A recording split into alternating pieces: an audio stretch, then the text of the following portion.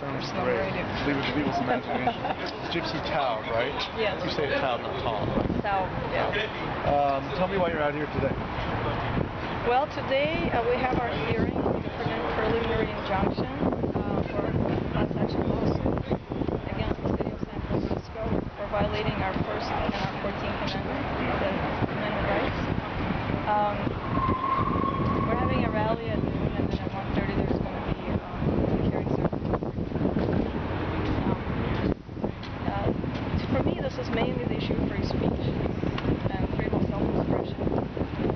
In our society where war is glorified and human bodies criminalized, nudity becomes a political statement. So it's definitely political speech. It's also creative self-expression. If you look at all the art throughout human history, nudity is a very important part of it. I have a TV show where I interview people nude, sometimes outdoors, so this law violates my First Amendment rights personally.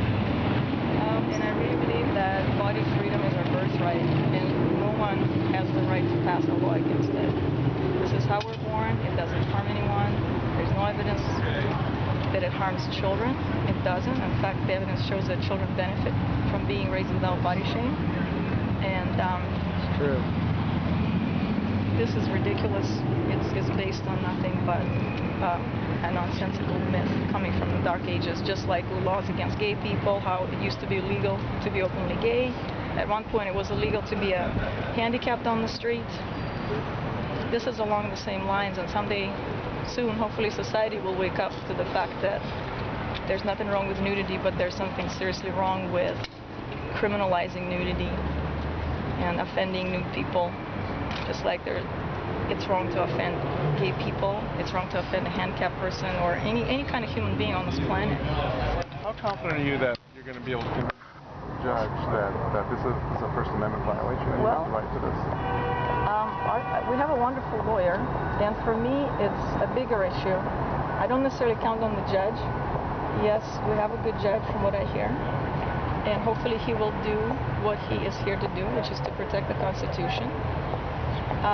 But if he fails to do that, we will find other means to defeat this ban. Yeah. So you're asking for a temporary restraining order to stop the law now, and then presumably there will be a trial, etc. Yes, so we're hoping to get a preliminary injunction, which means the law is not going to affect until the judges heard our case. One of the things they always ask you is, how are you being damaged or harmed by this law? How would you explain how you're being harmed by not being able to walk nude down the street or be nude whenever you want to be outside? Well, like I said, it limits my freedom of self-expression as a human being and my freedom of political expression. You could say a lot of things. Why does it harm you that you can't wear earrings? Let's pass a law against earrings. Let's pass a law against long hair. Let's pass a law against any clothes that are not black. It doesn't hurt. I mean, you won't die if you just wear black. But what kind of a world is it going to be when somebody dictates these kinds of laws to you? This is pure tyranny. A law that's based on just somebody's prejudice is a form of tyranny. It's a form of oppression. In fact, oppression against nudity is a form of sexual oppression, which has always been a big part of every tyrannical government in the history of humankind. It's always been a tool to oppress the masses. And it's the same thing right now. And the same supervisor who's passing this law is also passing laws to evict people, to get rid of the homeless people, to stop young people from riding uni for free, to destroy environmental protection. This is Scott Wiener's legacy in our city. Yep. And it's not surprising to me that the same supervisor who promotes big business raping, literally raping our city, is the same supervisor that is trying to destroy free speech and throw away the Constitution. So you guys are going to have your rally now, you'll get naked. Yeah, let me get naked. How happy are you that it's a little warmer today? I am very happy, considering I've had a cold for a while. I'm glad I'm not going to be getting pneumonia tonight. That looks like I won't be. It's really cold, so it's a good day. I'm ready, no matter what it takes. We'd like to see real quick if that's okay. Yeah, can I get naked? Guys, media people, please pick up the... These people aren't desensitized to this at all. They're not desensitized yet, so let them take pictures. Right, guys, have you seen a striptease before? It won't be easy. It's, come on now, it's like, okay, whatever. It's crazy. I'm going to take pictures of them taking pictures. Hi. Nice to meet you. Nice to meet you. Just a moment. Okay.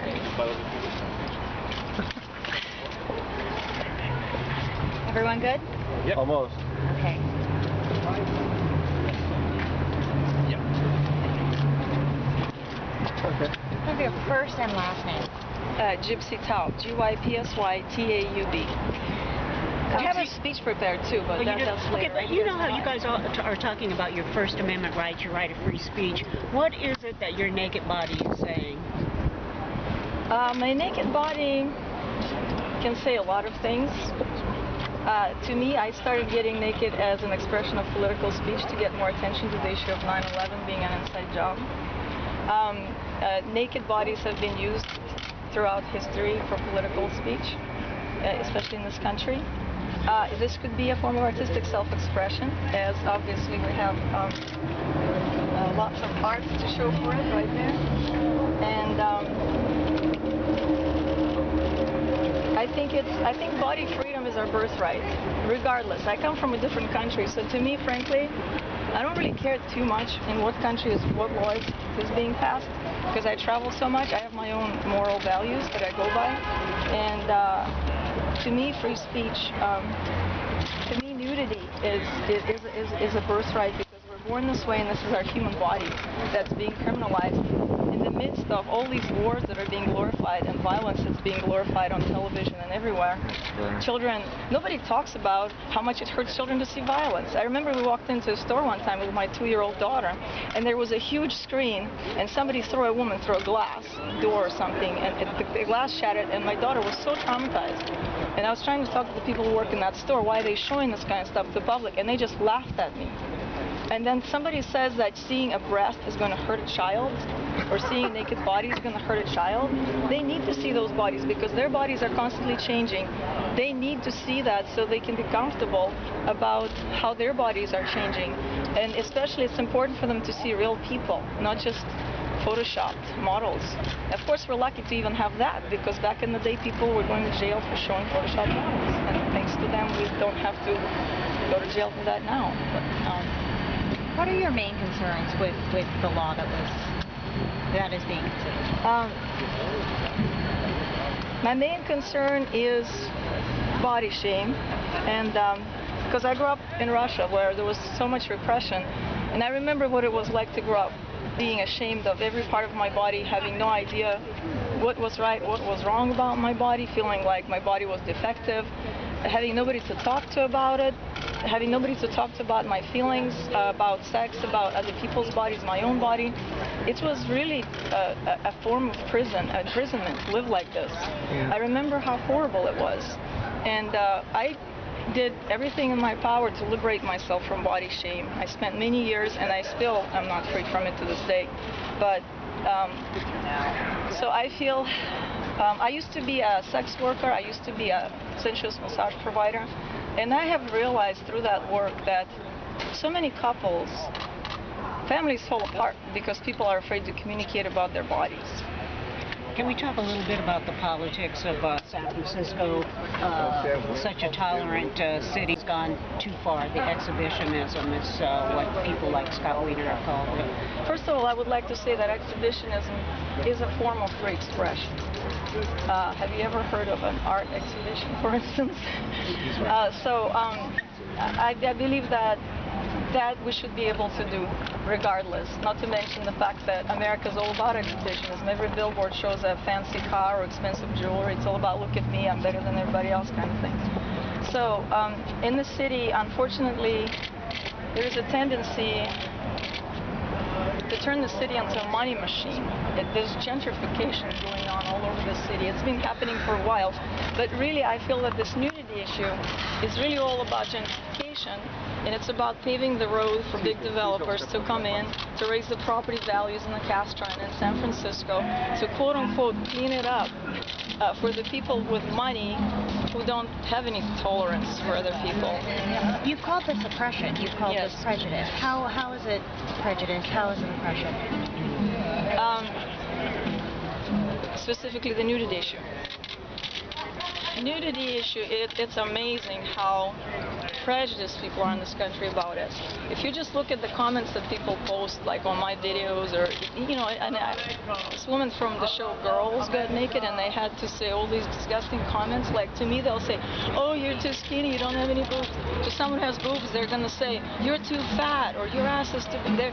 It's just disgusting how people are treated.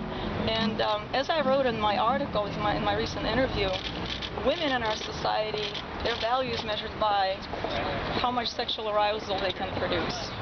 And every woman knows this. If you are considered attractive, you know what it's like to be approached purely as a sex object.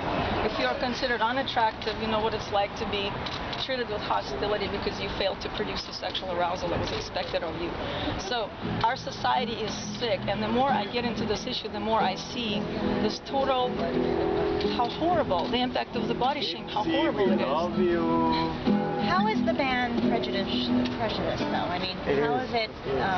It's targeting people who want to freely express themselves. It's targeting people who want direct contact with nature. What feels the best about being nude, maybe not on such a day, but on a warmer day, what feels the best is being able to feel the sun directly on your skin, with no barrier between you and nature. When we stay in the office buildings and at the house, there's always a door or window between us and the sky and the sun and the wind. We are part of nature and we have forgotten that. But being able to swim without clothes, it feels so good. You feel like a fish. Being able to run and feel the wind, and being able to sunbathe, obviously, is so wonderful. Rather than being defined. This whole law is against people who are peaceful, who are harmless, non-violent, who just want to enjoy their bodies through direct contact with nature. Why protest? Why make your statement here and not Nebraska or somewhere that has a more stringent law? Well, I would do this protest anywhere I was. I happen to be here, so I'm doing this here in response to this legislation. I think it's a global issue. That's why it's being covered all over the world. It's definitely a very important issue for everybody on this planet. You were saying, sorry, banning nudity is the same as banning earrings. Is that your feeling? Can you elaborate on that? It's all along the same lines, because, you know, in a way you could say it's a dress code. You can, you know, there's been all kinds of dress codes. Women weren't allowed to wear men's clothes, for instance, or you couldn't wear a short skirt, and even if there was no law against it, but you would be treated so horribly if you did, like in Russia when I was growing up. So it's along the same lines. It's about how you dress. Nowadays it's acceptable to dress a certain way. We have a short skirt on. Men are not allowed to show their arms in some parts of this world. You can show Women nipples. obviously aren't allowed to show their faces in some parts of this world. So in a way it is a dress code.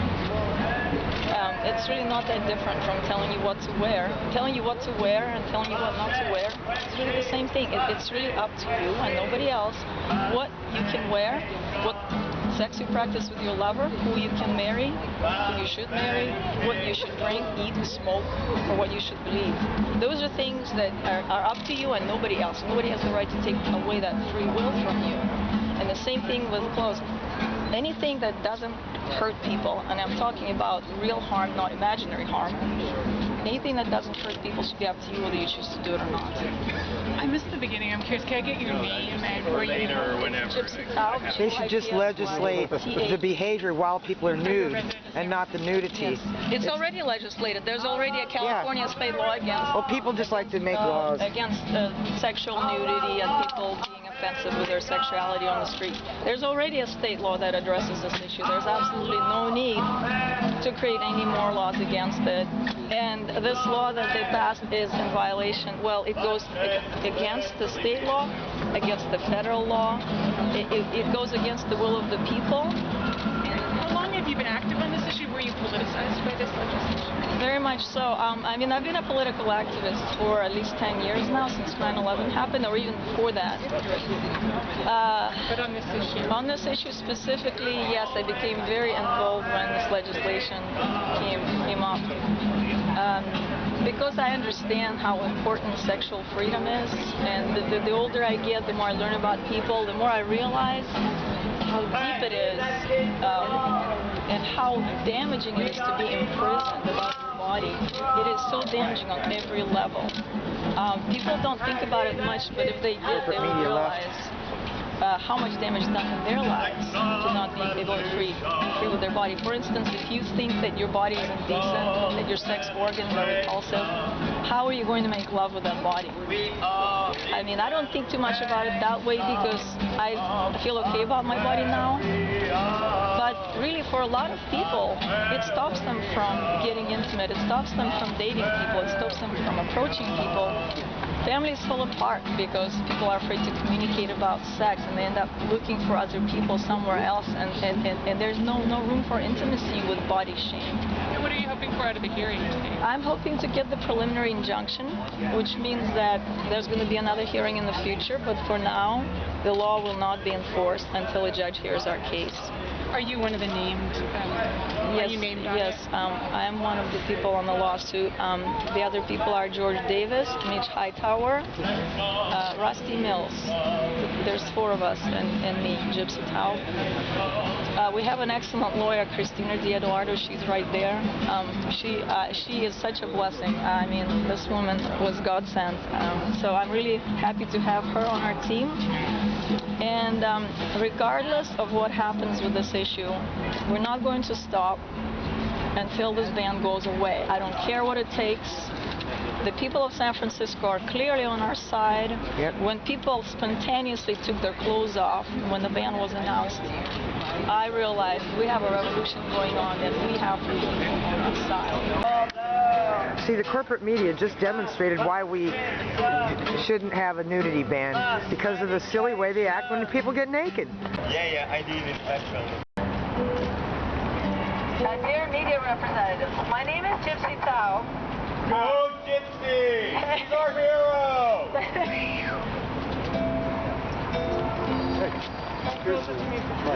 We're here today to exercise our First Amendment right, our right to free speech. There are a lot of things wrong with America, way more than most Americans realize, ranging from environmental devastation to the crimes of the industrial military complex, from the foreclosures and eviction orchestrated by the international bankers to the healthcare crises, the homeless crises, the list goes on and on and on. But there's at least one thing that is right with America, and that is the First Amendment right, the right to free speech. Having been raised in communist Russia, where I wasn't allowed to tell political jokes, even to my best friends, I can really appreciate freedom of speech. This is the best thing you have going for you here in America. As society goes through its ups and downs, as history goes through its lighter and darker times, there's always that flame that should never be allowed to go out.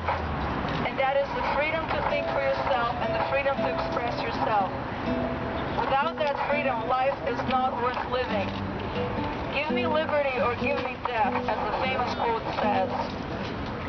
When I was growing up in Russia, even just saying the words freedom of speech or freedom of thought was viewed as betrayal of the communist government and would definitely draw attention of the authorities. My mother taught me those words and told me to keep them a secret. The promise of freedom of speech was what motivated my parents to abandon everything they ever knew and move to the distant, mysterious continent called America. They were on fire with the desire to be free. They infected me with that desire and with that passion.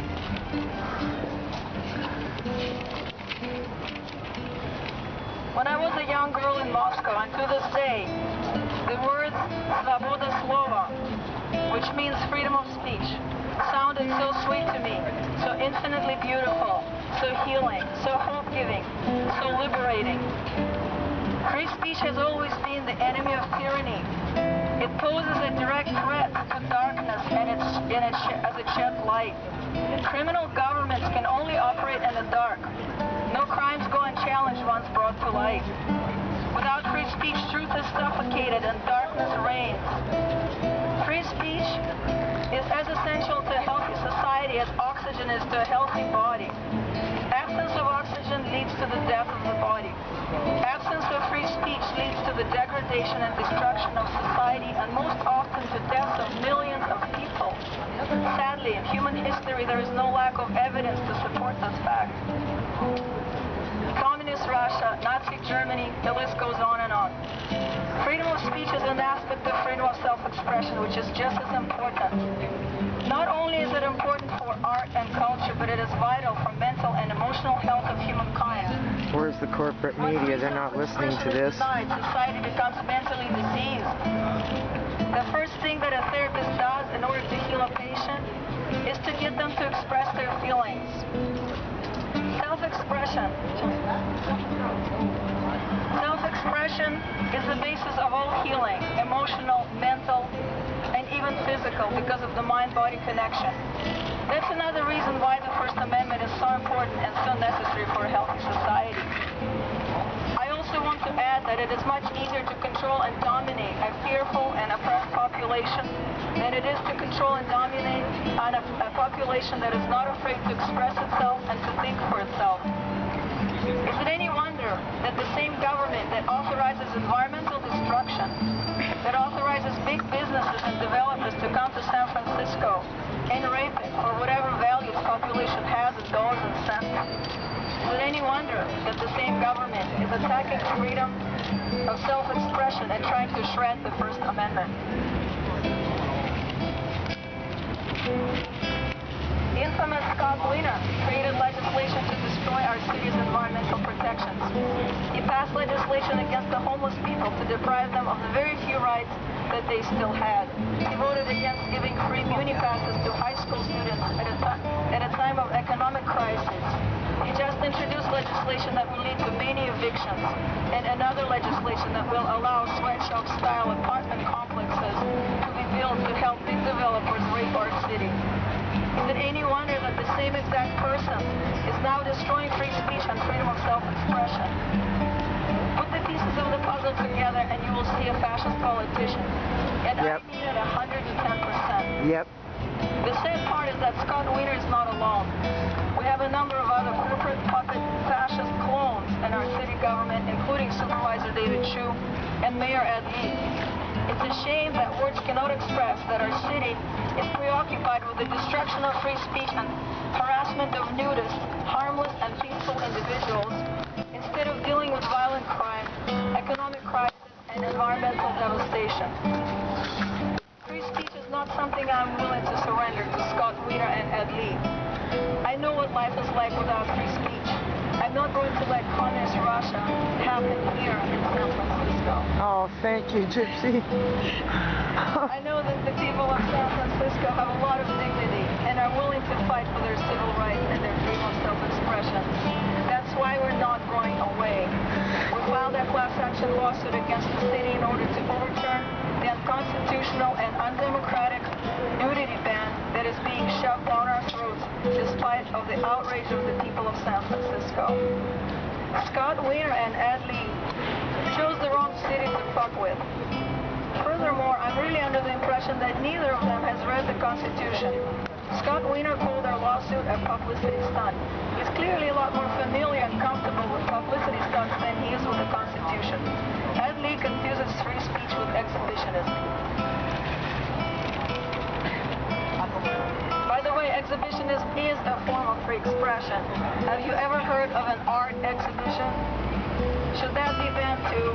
Should we only allow exhibitionism of cars and expensive jewelry and ban any exhibitionism that doesn't make corporations money?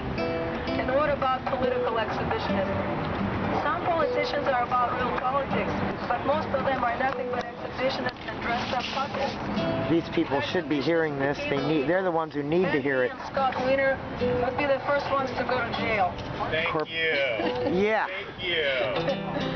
Some people ask, how is it that nudity is a form of self-expression? In the free society, nudity is just a natural part of life. But in a society that is in chains of sexual oppression, nudity is a political statement and will continue to be such until it is widely accepted as human nature, which is all it really is. If our society was free from body shape, nudity would be considered natural and there wouldn't even be a special word nudist. Because nudists are really just ordinary human beings who want to enjoy their bodies through direct contact with nature. We're not some a cult group nor some secret society. Neither are we a gang of perverted, demented freaks who can't wait to undress and rape those who are still wearing clothes. There's really nothing special about nudity. There's really nothing to it. But since we live in a sick society where war is glorified and human bodies criminalized, nudity becomes a political statement. It is a direct threat to our worldview of separation from nature and from one another. It shakes the very foundation of our social moral structure. It shows us how fake we have become and how separated from who we truly are. The body freedom movement is a civil rights movement, like the gay liberation movement, like the women's rights movement, like the movement for racial equality. This movement looks fragile and vulnerable in its early stage. It may seem like we will never convince enough people to drop the propaganda and free themselves from body shame. It may seem that society will never accept nudity as a norm. But this is just the beginning. This movement is growing exponentially. It is spreading like wildfire in our world that is so desperately eager to break free. Thank you. Thank you, Gypsy. I would like to remind you guys that we released an e-book. You can go to Amazon and get a Kindle version of our book. It's called Free Your Body, Free Your Mind. I have copies here for the media people. If you don't have one, get one. And that's all for now, and let's see who else wants to speak. Denise, would you like to speak? I have a question. I have a couple things to say, yeah. I have a question. Go ahead, honey. If I am as an activist from Europe gets naked inside here today, will I be arrested? Yeah, probably. Will I could enter America then? Probably depends. How many years have nudity been legal in San Francisco? Does anyone know how many years nudity has been legal? Well, Christina would be a good person to ask. How many years have nudity been legal in San Francisco? Well, she's being interviewed right now, Christina, but let's I don't hear.